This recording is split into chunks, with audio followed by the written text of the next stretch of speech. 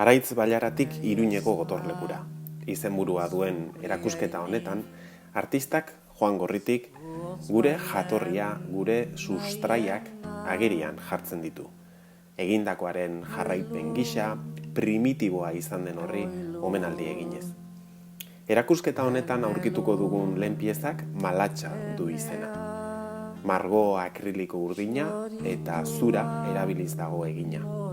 Artzainek esnea irabiatzeko eta horrela gazta egiteko erabiltzen zuten tresna erakusten digu, malatxa deiturikoa.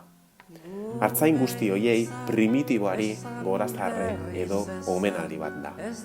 Gorritik horren beste maite duen aralarren, artzainek eta gizaki primitiboek utzitako astarnak abiapuntu gisa hartzen ditu eta ikuslea guzti horri begira jartzen du, erakusketa sentitu ahal izateko.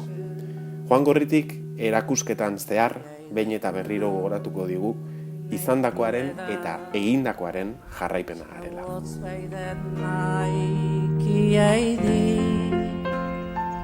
Maitea non zira, nik ez zaitu